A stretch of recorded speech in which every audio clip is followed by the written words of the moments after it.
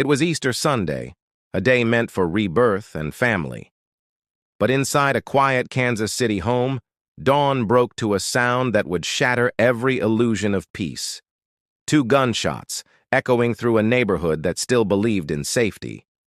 When police arrived, they found the bodies of James and Emily Westerfield, pillars of their community, and their 14-year-old son, trembling, wrapped in a blanket, whispering about a mysterious intruder.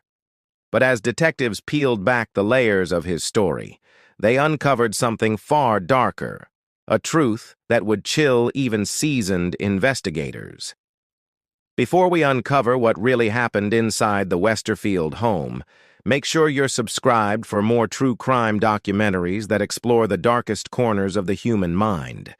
Hit that like button if you believe every story deserves to be told, and share this video so others can witness how easily a perfect family portrait can hide something unthinkable beneath its surface.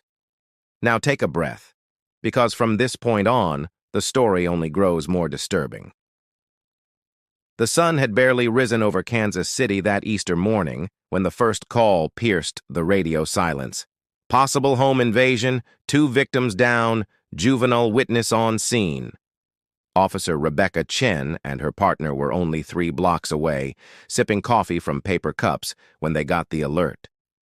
They arrived at a quiet, tree-lined street where pastel decorations still clung to porches, eggs dangling from branches, wreaths of smiling bunnies on doors. Everything about the scene screamed suburban peace, but something felt wrong the second Chen stepped out of the cruiser. The house at the end of the block was too still, its front door slightly ajar, an American flag hanging limp in the cold breeze. Inside, they found a boy sitting on the stairs, shivering beneath a blanket, eyes wide with the kind of fear that makes even veteran officers hesitate. "Someone broke in," he stammered. "I think they're gone." Upstairs, the world of the Westerfield family had already stopped turning. The master bedroom told a story that no one wanted to believe. James and Emily Westerfield lay side by side, their bodies still warm beneath sheets soaked with blood. The first bullet had struck James in the forehead as he slept. The second had pierced Emily's chest when she awoke, screaming his name. There were no signs of struggle, no overturned furniture, no footprints leading in or out. Only 2 shell casings glinting faintly in the morning light, a half-drained cup of water on the nightstand, and the faint scent of gunpowder that clung to the air like regret. Chen froze at the sight of the male victim. She recognized him instantly. Officer Westerfield had worn the same badge she did, had served the same streets for 13 years. Her knees nearly buckled, but training took over. She stepped out, radioed for backup, and waited, staring at the boy on the stairs who hadn't cried once since she entered the home. Within minutes, the street transformed from tranquil suburbia to a swarm of flashing lights and murmured disbelief. Patrol cars lined the road. Detectives stepped carefully through the doorway, their faces hardening when they saw who lay inside. Neighbors huddled in robes and slippers behind yellow tape, whispering to one another in fragmented sentences. Words like cop, murder, break-in. The Westerfields had been the kind of family people pointed to when they wanted to prove that decency still existed. He was a respected police officer, she, a social worker devoted to children in crisis. They hosted barbecues, brought pies to school fundraisers, waved from their porch every morning. The idea that this house could become a crime scene felt absurd, almost insulting to the concept of safety itself. Yet the evidence, or lack of it, whispered something far more complex. There were no broken locks, no forced windows, no chaos. Just silence, the kind that follows something irreversible. Detective Ryan Anderson arrived at 7:22 a.m., his coffee still hot but his gut already cold. A 20-year veteran of homicide, he'd seen his share of tragedy, but nothing prepared him for walking into the bedroom of a fellow officer. His eyes scanned the scene, the precision of the shots, the position of the bodies, the undisturbed hallway. It didn't add up. He crouched, studying the trajectory, then glanced at the teenage boy now wrapped in a thermal blanket outside. Something about him felt rehearsed, the way he rubbed his eyes when people looked, the way his tears never quite fell. Anderson noted it, but said nothing. "We'll get you through this," he told the boy, his voice steady. But in his notebook, beneath the preliminary notes, he scribbled a single line: something off. By the time the coroner's van pulled away, the Easter sky had turned from gold to gray, and the illusion of a perfect family had shattered beyond repair. As noon approached, Kansas City's news stations broke the story. An officer and his wife found dead in their home, their teenage son the sole survivor of a supposed home invasion. Reporters spoke in hushed tones, the way people do when a tragedy hits too close to normal life. Candlelight vigils were organized before the blood had even dried. Colleagues wept openly, and neighbors began leaving flowers by the mailbox. Yet behind the sealed doors of the crime lab, the pieces of the puzzle refused to fit the narrative. No fingerprints but the family's, no forced entry, no missing valuables, and a boy whose story shifted slightly each time he told it. While the city mourned a fallen officer, Detective Anderson stared at photos of the crime scene pinned to the board in front of him. Something in the stillness of that bedroom spoke louder than any witness. He didn't know it yet, but the hunt for truth would lead him to confront one of the darkest realities imaginable.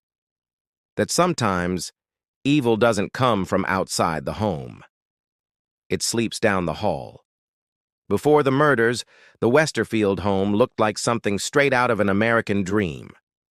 2 stories of handcrafted woodwork, a porch swing that creaked softly in the morning breeze, and the faint laughter of a family that seemed to have everything figured out. Neighbors spoke of Officer James Westerfield as the kind of man who made you feel safer just by knowing he lived nearby. He was a Marine-turned-police officer who carried his badge not like a weapon, but like a promise. His wife, Emily, was his perfect balance. A social worker known for her compassion, her soft but unyielding voice, and her unwavering belief that every child deserved a second chance.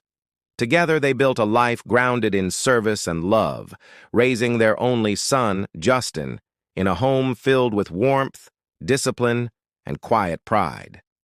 Their family Christmas cards showed hiking trips, baseball games, and smiles that looked too real to be rehearsed. But sometimes, the brightest photographs hide the darkest cracks. Behind those carefully framed moments, life inside the Westerfield home was shifting in ways even they couldn't fully see. Justin had always been a bright, curious boy, the kind who built model planes and spent afternoons shadowing his dad at the precinct. But somewhere around his 13th birthday, something in his eyes changed. He stopped coming downstairs for dinner.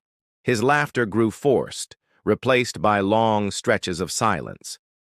Emily, ever the observer, chalked it up to adolescence, those turbulent years when boys stumble toward independence. But this wasn't moodiness. It was detachment.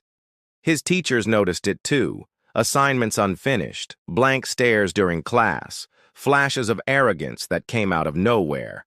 James tried to discipline him the way his Marine training had taught him: structure, rules, consequences. But structure became confrontation. Every rule turned into a battle, every punishment into defiance. Emily began confiding in colleagues at the social services office, seeking advice in hushed tones during coffee breaks.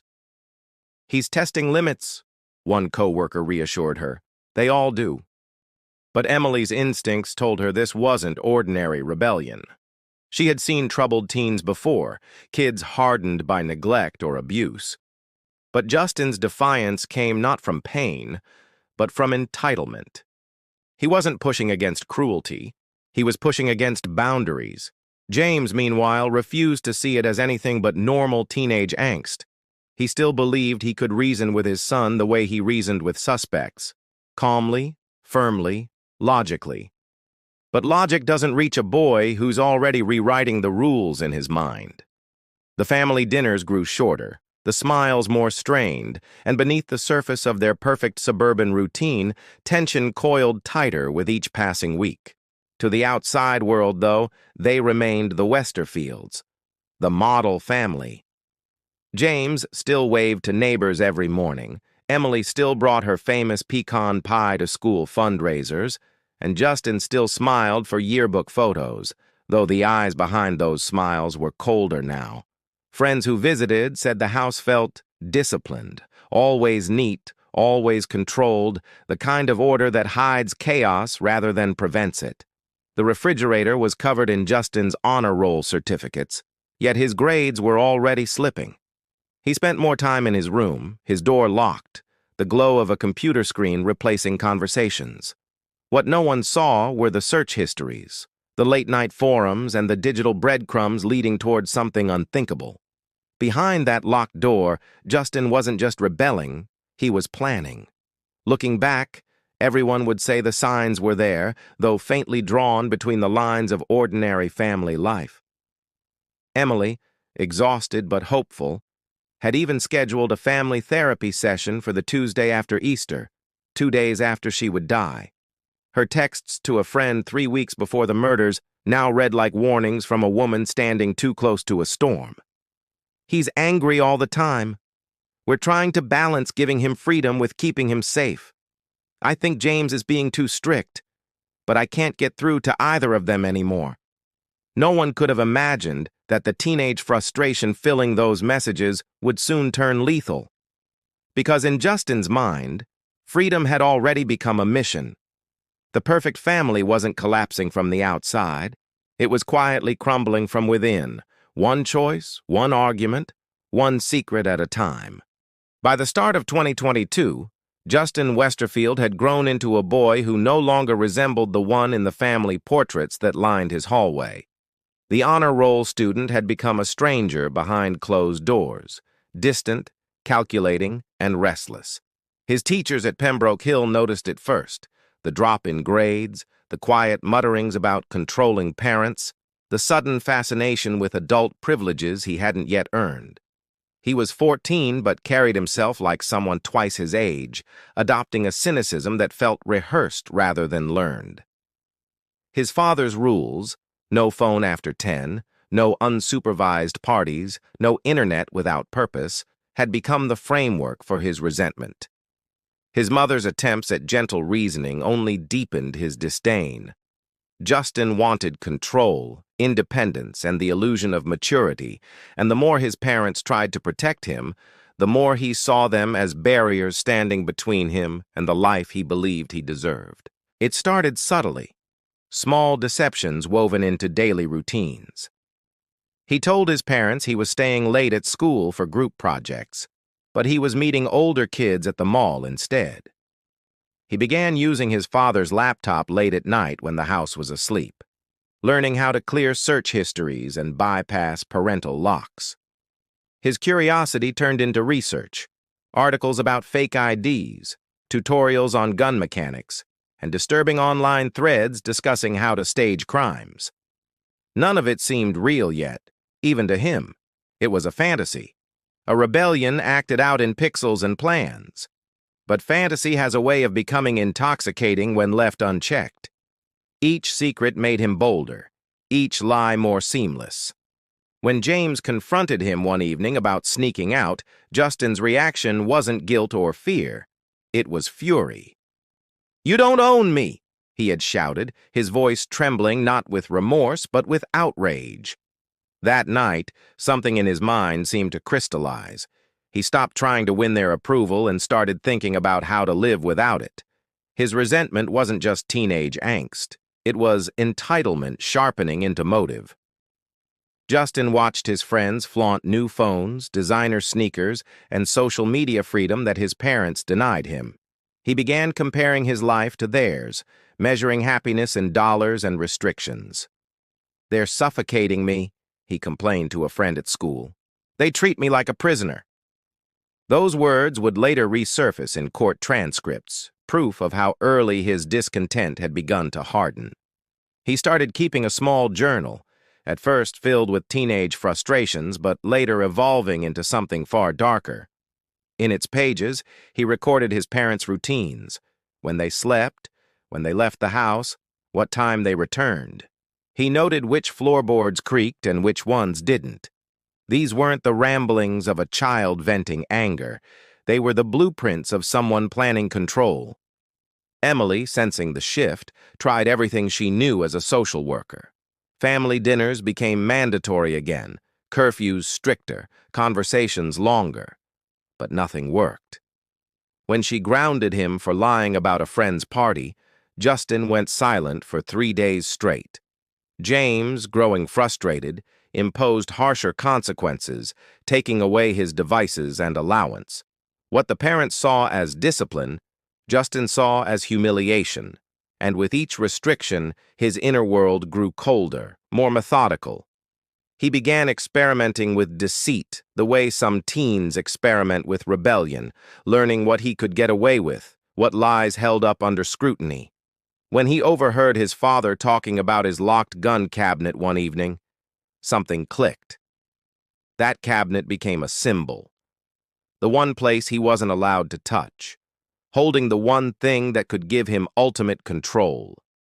In his mind, that key wasn't just metal. It was freedom.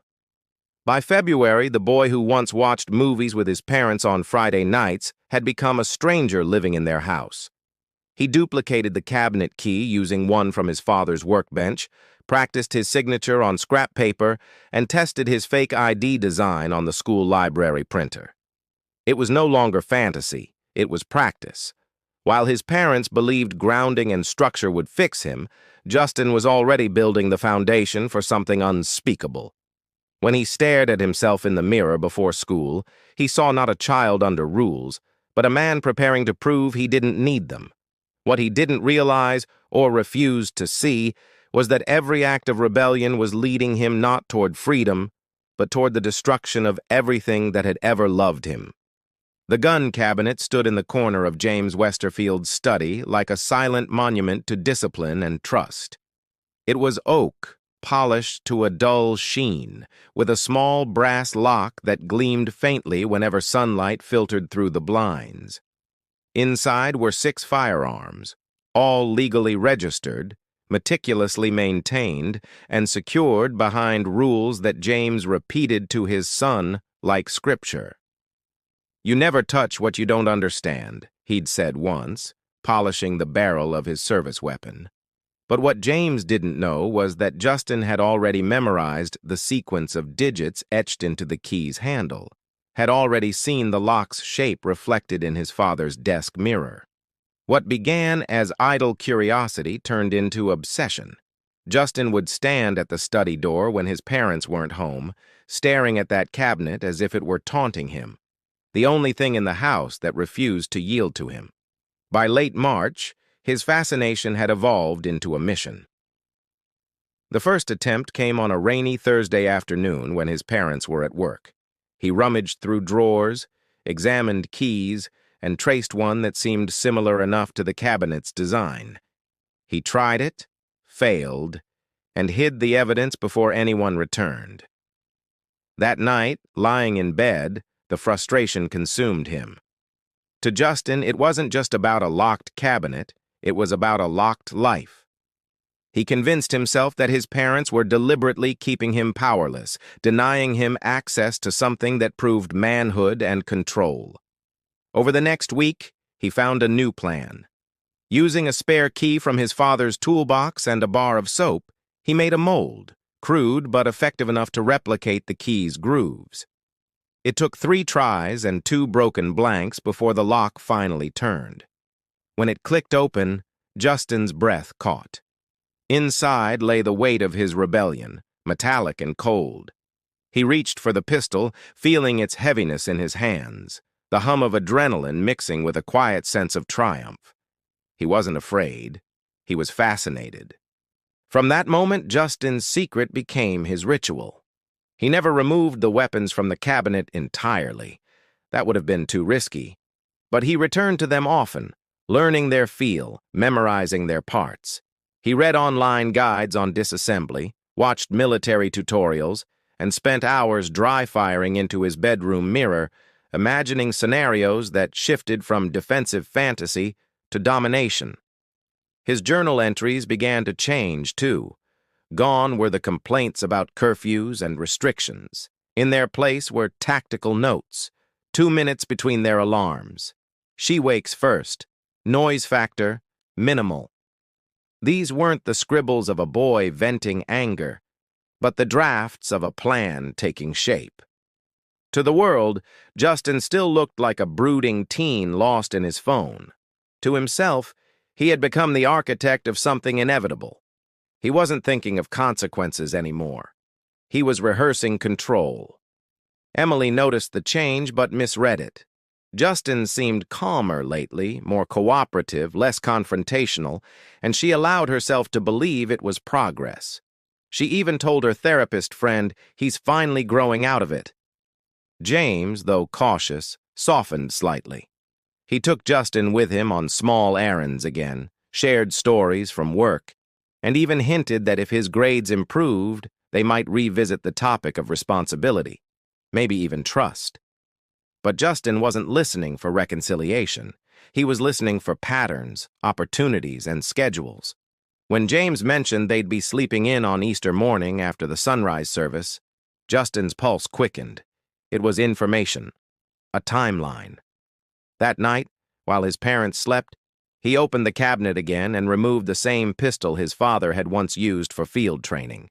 He loaded 2 rounds, then unloaded them, testing the click, the weight, the silence of it all. By dawn, the gun was back in its place, the cabinet locked, and Justin's face in the mirror showed no trace of guilt, only patience. In the weeks that followed, nothing in the Westerfield household seemed amiss. Emily continued her routines, James kept his badge polished, and Justin played the part of the reformed son. But beneath the surface of that fragile peace, the outcome had already been written. Every smile he gave them was a mask, every apology a calculation. The boy who once feared his father's disappointment now viewed him as an obstacle in a game he'd already decided to win. On the night before Easter, the house was quiet, lit only by the flicker of a hallway lamp. Justin sat in his room, staring at the ceiling, the cabinet key resting cold in his palm. Somewhere outside, the church bells rang for midnight mass. Inside, he whispered to himself words no one would ever hear, words that marked the end of childhood and the beginning of something far darker. When the sun rose a few hours later, it would shine on a home forever changed. Easter morning began like any other in the Westerfield home, with soft light filtering through lace curtains and the faint sound of birdsong rising over the quiet Kansas City suburb. Emily had set out her favorite lavender dress the night before, and James had left his uniform hanging neatly beside it, a sign of a man who believed in order even on his day off. Down the hall, Justin lay awake long before dawn, eyes fixed on the ceiling as he listened to the rhythmic breaths of his sleeping parents. The key in his pocket felt heavier than metal. It was an anchor dragging him deeper into a plan he no longer questioned. He'd rehearsed it in silence for weeks, the timing, the steps, the sound. There was no anger left now, only a numb calm that frightened even him. He told himself it was mercy, an act of liberation, but the truth was simpler. He wanted to see what it felt like to be in control, truly and completely, for once in his life. When the clock struck 6, the world outside was still cloaked in gray. Justin moved like a shadow through the hallway, every creak memorized, every breath measured. He paused outside the master bedroom, where a faint beam of light from the window traced across the floor.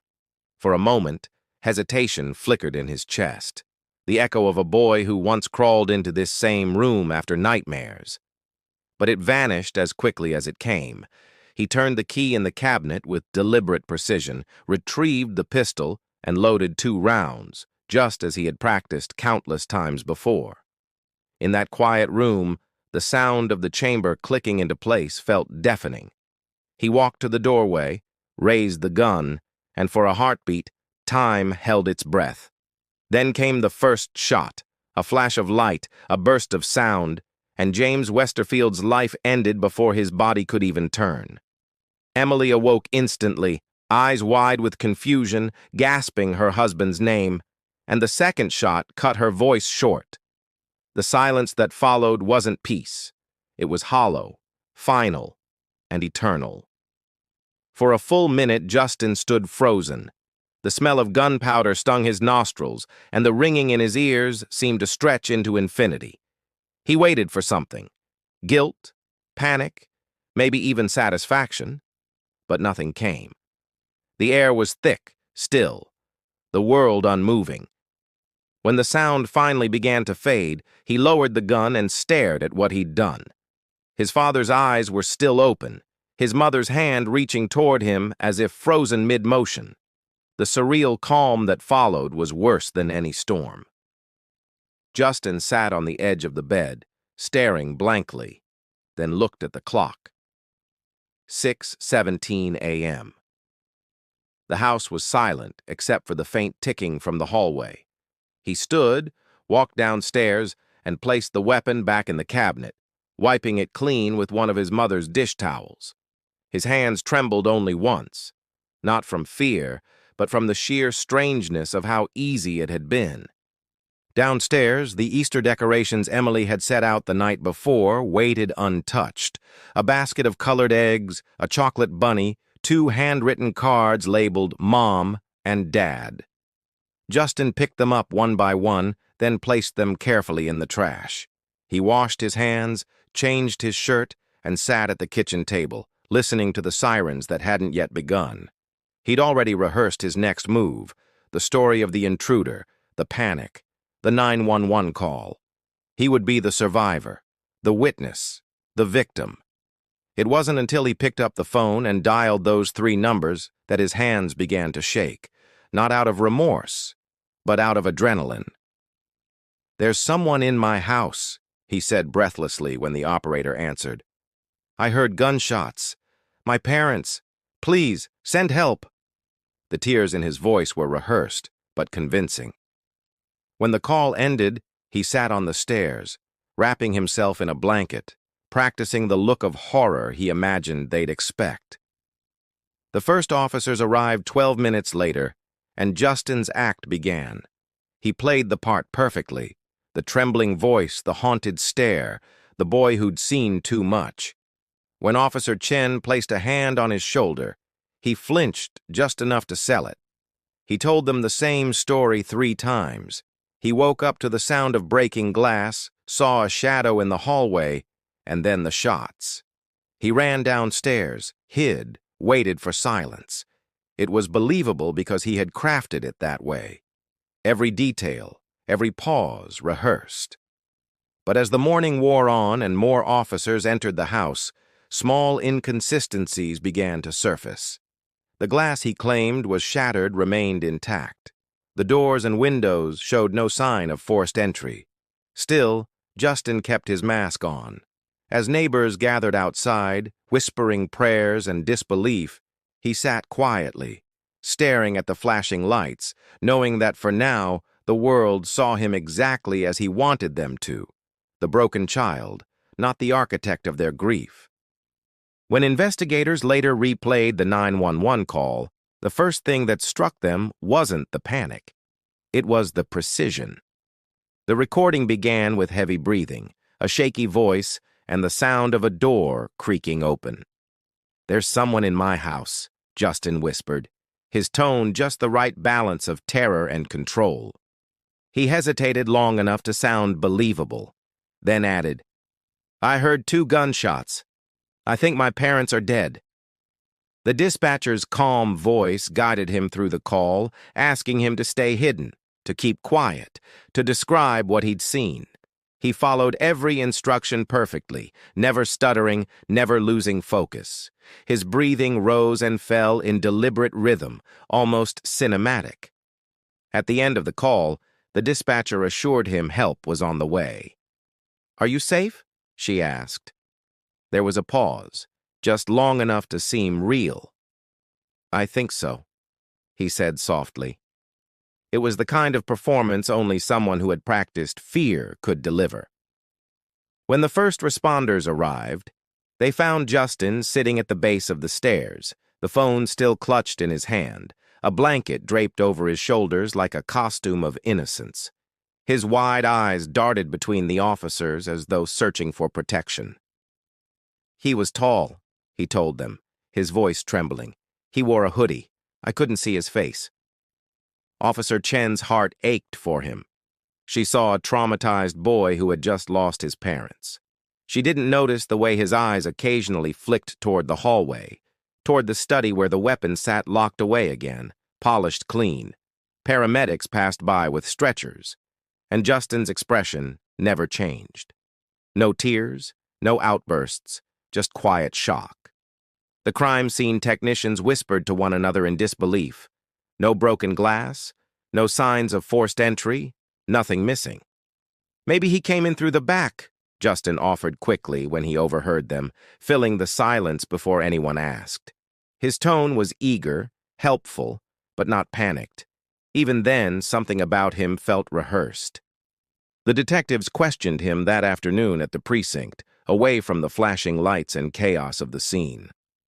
Detective Anderson, the lead investigator, sat across from Justin with a cup of hot cocoa between them. "You're safe now," he said gently. "Just tell me everything you remember." Justin nodded, eyes downcast. He told the same story, waking up, hearing footsteps, a shadow, 2 shots.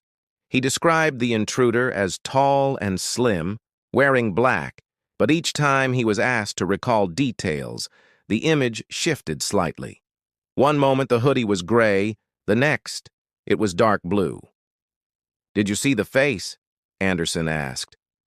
"No," Justin said quickly, almost too quickly. Anderson made a note, his instinct already humming. "How did you know your parents were dead if you didn't go upstairs?" Justin froze, caught off guard. I heard my mom scream," he said, fumbling for words. "Then nothing." The detective nodded slowly, watching the boy's eyes, the flicker of something behind them. Not fear, but calculation. By evening, the story had spread across local news stations. "Officer and wife found dead in apparent home invasion. Teen son survives." Reporters camped outside the Westerfield home, cameras rolling as neighbors described Justin as quiet, polite, the perfect kid. Flowers piled by the mailbox, candles flickered along the curb. Inside the station, however, the mood was shifting. Forensics teams confirmed there were no foreign prints on the weapon, no forced entry, and no evidence of anyone else in the house. The murder weapon had been wiped clean but returned to its cabinet, an act too deliberate for a panicked intruder. When Anderson reviewed the 911 recording again, he caught the detail that started it all, a faint clicking sound in the background, like a key turning in a lock. The cabinet lock. The kind of noise that shouldn't have been there if the story were true. It was subtle, but enough to plant a seed of doubt that would soon grow into full suspicion. That night, Justin was released into the care of his aunt. His face pale beneath the glow of camera flashes as he left the precinct. He waved off reporters, murmuring, "No comment," the way he'd seen adults do on TV. Behind closed doors, he sat on the couch, scrolling through news coverage of his parents' deaths. Every article painted him as the grieving son, the miracle survivor. He liked reading it, the sympathy, the attention, the way people spoke about him in soft tones. But as he watched the footage of himself walking past the cameras, something in his expression caught his eye. He paused the screen. There it was. The faintest smirk, almost invisible but undeniably there. He stared at it for a long time, unblinking, until the room grew dark around him. Somewhere deep inside, Justin realized the lie was holding. For now. But he didn't know that in the shadows of the evidence room, Detective Anderson was already waiting for the moment it would all begin to unravel. The interrogation room was cold, deliberately so, its single bulb casting a pale circle of light across the steel table. Justin sat in silence, his hands cuffed, staring at the scuffed floor as Detective Anderson entered with a folder tucked under his arm. It was the third interview, but this time the tone was different. Gone were the soft reassurances, the comforting cocoa, the pretense of sympathy. Anderson didn't sit right away. He placed the folder on the table, opened it slowly, and began to lay out the evidence piece by piece. The key mold, the gunpowder residue test, the search history printouts, the receipt from the hardware store. Each item landed like a stone, dull and final. "You've been smart, Justin," Anderson said, his voice steady but low. "Smarter than most people your age, but smart doesn't erase evidence." The boy didn't move. His eyes flicked briefly toward the photos, then back down again. "I didn't do it," he whispered. But his voice lacked conviction this time, as if even he could hear the hollowness behind it. Anderson leaned forward, folding his arms. "Your story doesn't fit anymore. There was no break-in, no intruder. No one came in or out that house but you." He slid one last photograph across the table. A high-resolution shot of Justin's fingerprints lifted from the gun's magazine. "You wiped the handle," Anderson continued, "but not the clip. You were careful, but not perfect." The silence stretched.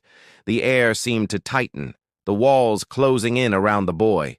Justin's breathing quickened, his foot tapping beneath the table. "You don't understand," he said finally, his voice cracking. "You don't know what they were like." Anderson waited, giving him space to speak, knowing that once a suspect begins justifying, confession follows close behind. "They treated me like I was nothing," Justin continued, his words tumbling faster. "Every day, rules, lectures, punishments. They said they loved me, but they never listened. They made me feel small, trapped." Anderson nodded slowly. "So you made sure they couldn't control you anymore?" The question hung like smoke. Justin's face twisted, a flash of anger breaking through his calm. "I didn't mean for it to go that far," he muttered, voice trembling. "I just wanted them to stop." It wasn't the full confession yet, but it was the crack Anderson needed. He softened his tone, letting silence do the work. "You wanted them to stop," he repeated gently. "So you planned it. You practiced. You thought about every step." Justin looked up, eyes glistening now, torn between defiance and collapse.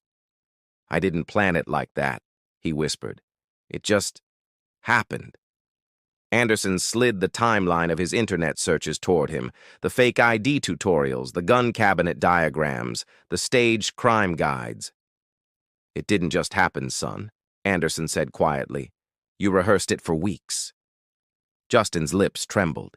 His eyes darted to the folder, to the mirror on the wall, to the empty corner of the room where the camera blinked red. For a long time, no one spoke. Then, in a barely audible voice, he said, "I thought it would be fast. I thought they wouldn't feel anything." He covered his face with his hands, the sound of muffled sobs filling the room. Anderson didn't move. He knew those tears weren't for remorse. They were for being caught. Still, he let the boy cry, because even guilt can sound like truth when it's cornered. When Justin finally lifted his head, his eyes were swollen, his voice steady again. "They were never going to let me go," he said, almost whispering to himself. "Dad wanted to send me to a military school. He said he'd straighten me out." His tone hardened. "He thought he could control me forever."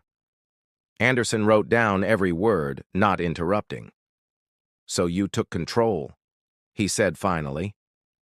Justin nodded once, barely perceptible. "It wasn't supposed to be both of them," he added suddenly, his voice trembling again. She woke up. She screamed. I didn't know what to do." For the first time, the confession had weight. The words hung heavy, irreversible. Anderson pressed the intercom. "We have a statement." But even as he did, he couldn't help but feel the hollow ache in his chest. Not triumph, not satisfaction, but a deep unease. It was one thing to catch a killer. It was another to see one built from the bones of a child. By the time the tape recorder clicked off, Justin sat slumped forward, his face pale, his shoulders sagging beneath the invisible weight of what he'd admitted. Anderson stood, gathering the files, and paused at the door. "You know they loved you," he said softly. Justin didn't answer. "Even if you didn't believe it," Anderson added, "they did." The boy's eyes stayed fixed on the table, unfocused, distant. "Love's just control," he murmured under his breath, almost too quietly to hear. Anderson left the room then, the sound of the door latch echoing behind him. Outside, officers waited for confirmation, their expressions grim but satisfied. "He confessed?" one asked. Anderson nodded once, wordlessly handing over the tape. He walked down the hallway in silence, the fluorescent lights flickering overhead. He'd done his job. The truth was on record. But as he stepped outside into the fading afternoon light, he realized something he couldn't put in a report, that some cases don't end with justice. They end with loss on every side. The trial of Justin Westerfield drew crowds that stretched around the courthouse steps, a macabre fascination gripping the city. Reporters jostled for position, cameras flashing each time the handcuffed teenager appeared, his face pale, his eyes empty. Inside, the courtroom hummed with a tension that felt almost unbearable.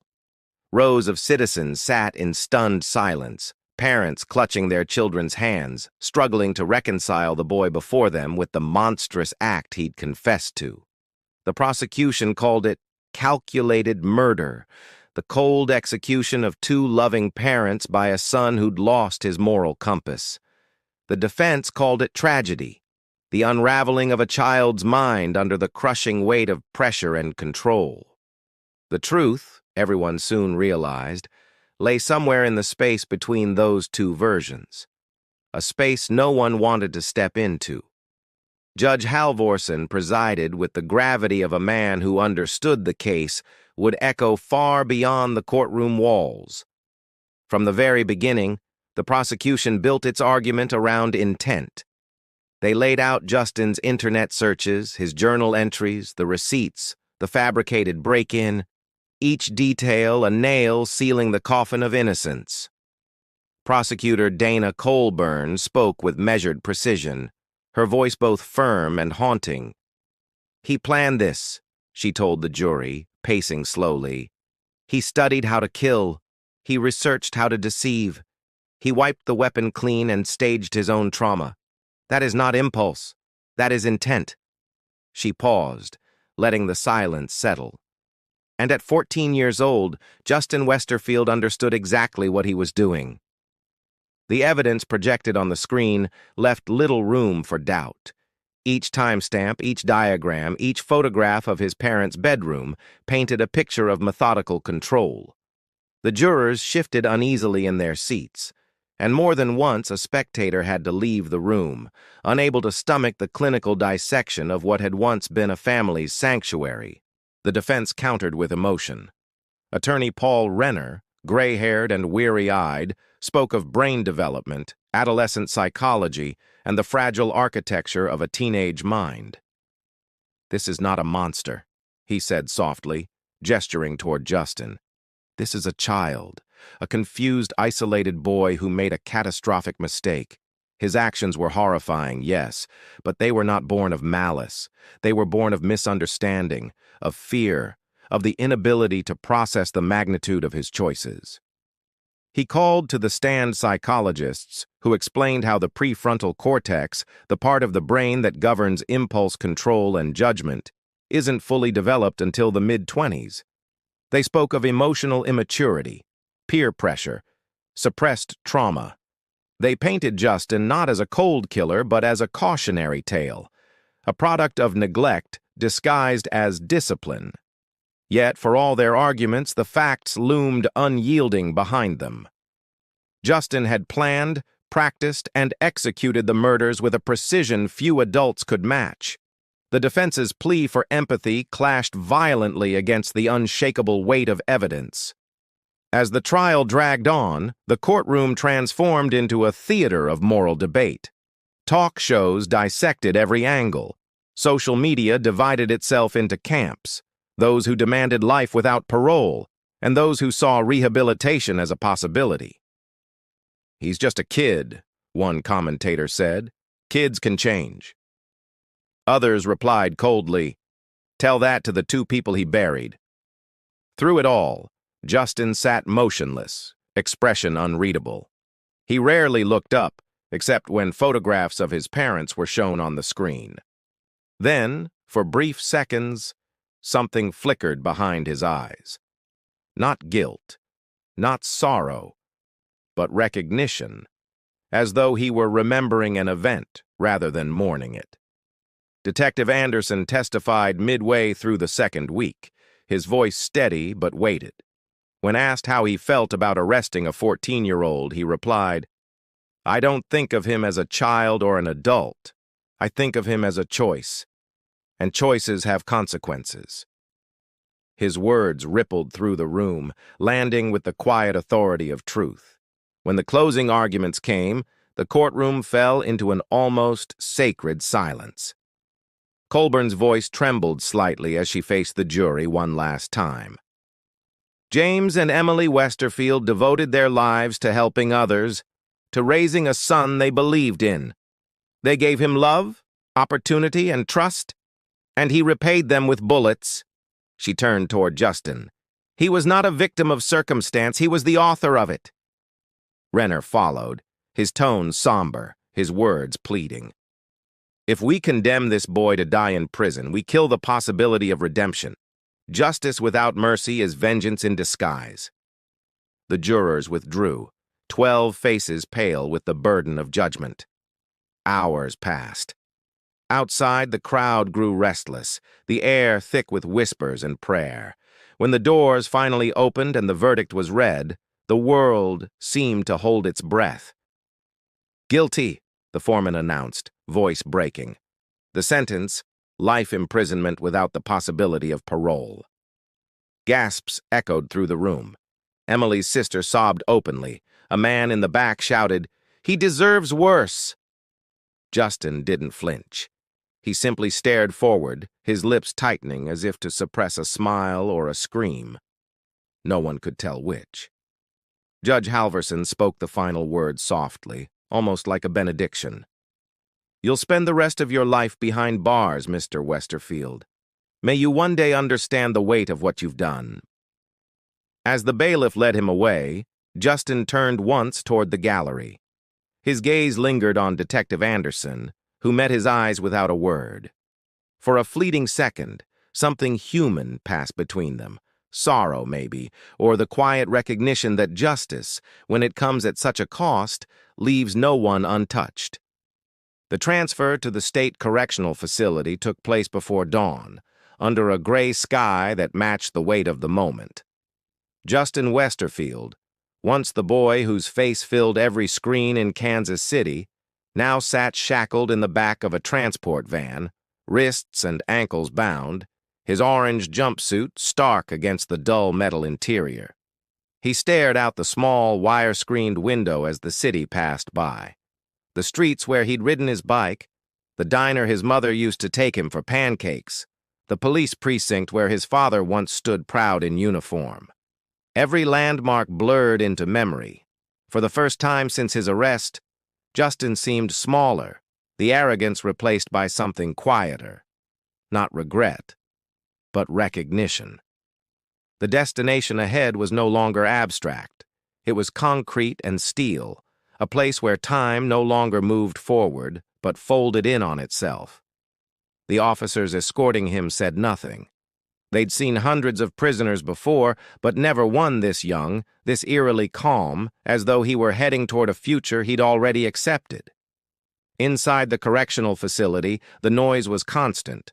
Metal doors slamming, voices echoing off walls, the hum of a place built to contain human ruin. The guards led him through processing, fingerprinting, and orientation, each step chipping away at the remnants of his old identity.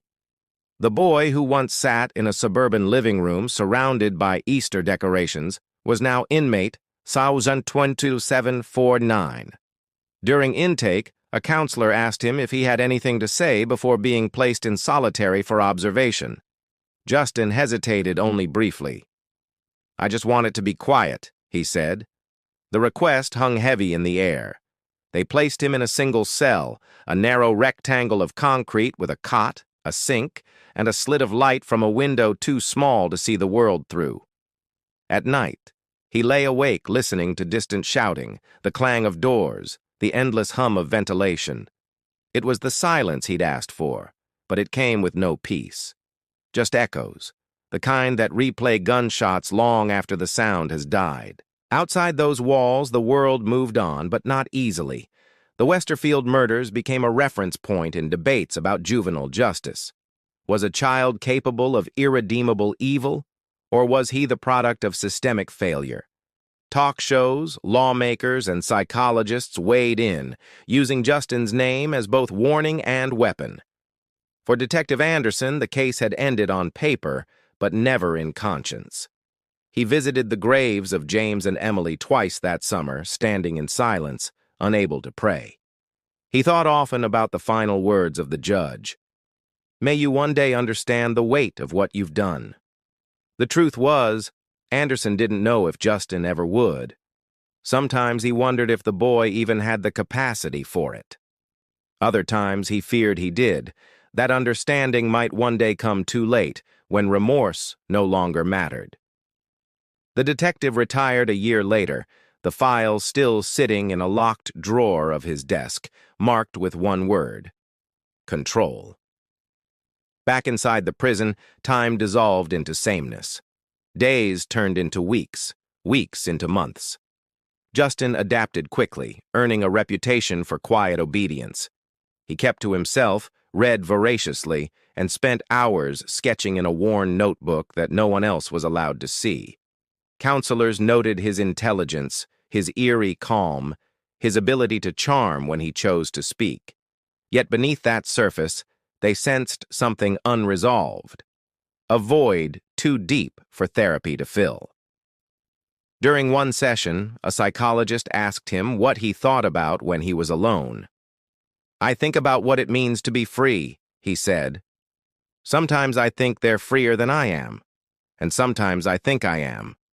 The doctor pressed him to clarify, but Justin just smiled faintly, eyes distant.